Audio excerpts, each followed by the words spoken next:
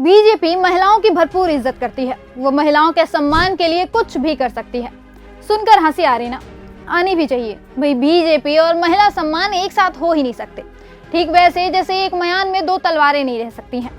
BJP महिलाओं की कितनी इज्जत करती है, इसका सबसे ताजा उदाहरण है रमेश बिधूड़ी।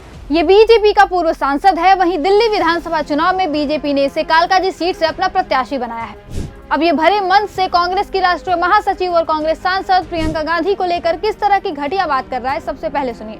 कालकाजी भी सुधार कैंप के सामने वाली, बराबर वाली, अंदर वाली सारी की सारी सड़कें प्रियंका गांधी के गाल जैसे जरूर बना देंगे। अब आप सोचिए कैसे एक मामूली प्रत्याशी को इतनी हिम्मत आ गई कि सबसे बड़ी विपक्षी पार्टी की राष्ट्रीय महासचिव जो एक महिला है उसे लेकर इस तरह की बात कर रहा है। एक ऐसा देश जो महिलाओं को देवी मानकर पूजता है, कैसे ये उस देश में खड़े होकर एक महिला का अपमान कर रहा है। जानते हैं ये हिम्मत कहां से आई है?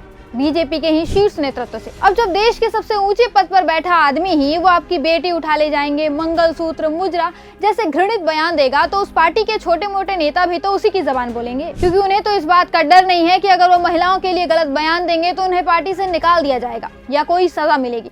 ऐसे में ये चिंदी नेता इस तरह की घटिया बयानबाजी कर रहे हैं। देश के प्रधानमंत्री और पार्टी के सबसे बड़े नेता एक बलात्कारी के लिए वोट मांगने में नहीं शर्माते हैं। भरे मन से उसकी जीत को अपनी जीत बताते हैं, तो उस पार्टी के छोटे मोटे नेता महिलाओं की क्या इज्जत करेंगे?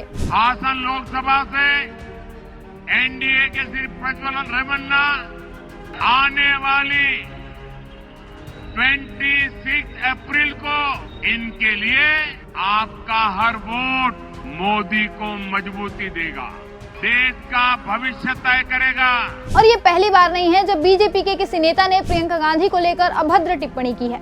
इसके पहले यूपी सरकार में मंत्री दिनेश प्रताप सिंह ने भी प्रियंका गांधी को लेकर ऐसी भाषा का प्रयोग किया था, जिसके बाद कांग्रेस कार्यकर्ताओं ने उनके घर के बाहर कालिख पोत कर अपनी नाराजगी जताई थी। उस वक्त भी बीजेपी ने अपने नेता के खिलाफ कोई एक्शन नहीं लिया था। ये बात तो अब जग जाहिर हो चुकी है कि बीजेपी महिलाओं के साथ अत्याचार करने या उनका अपमान करने वालों का भरपूर साथ देती है। हर बार जब भी महिलाओं के साथ अत्याचार होता है तो बीजेपी पार्टी महिलाओं के साथ खड़े होने के बजाय बलात्कारियों और अपराधियों के साथ खड़ी मिलती है। इसके कई उदाहरण मैं आपको गिनवा सकती हूँ। जब देश की पहलवान बेटियां अपनी इज्जत के लिए आवाज उठा रही थी और सड़कों पर उतरी, तब याद करिए बीजेपी किसके साथ थी।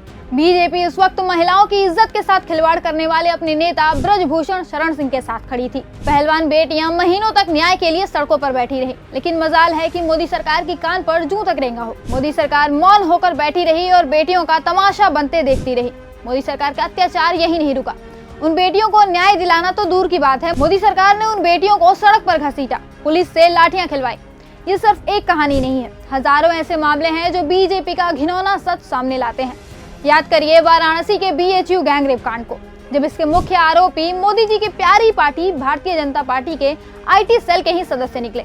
उस वक्त भी बीजेपी अपराधियों के साथ खड़ी मिली।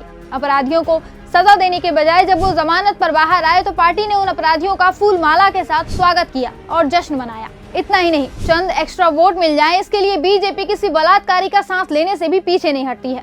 जब भी चुनाव आते हैं तो बीजेपी अपने पसंदीदा बलात्कारी बाबा राम रहीम को पैरोल या फरलो पर जेल से बाहर ले आती है। वो चुनाव में जमकर बीजेपी का प्रचार करता है और बीजेपी भी खुशी खुशी प्रचार करवाती है। अब आप ही बताइए, क्या इतना होने के बाद भी बीजेपी के मुंह से महिला सम्मान की बातें शोभा देती हैं?